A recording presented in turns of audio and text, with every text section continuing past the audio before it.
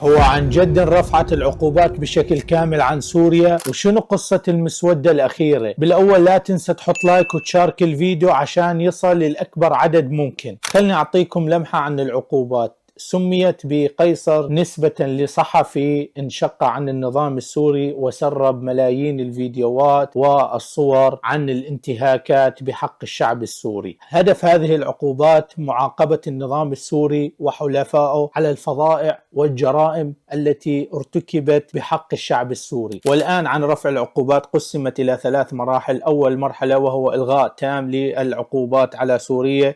2. كتابة ترامب في المسودة للكونغرس الأمريكي عن نتائج إلغاء العقوبات.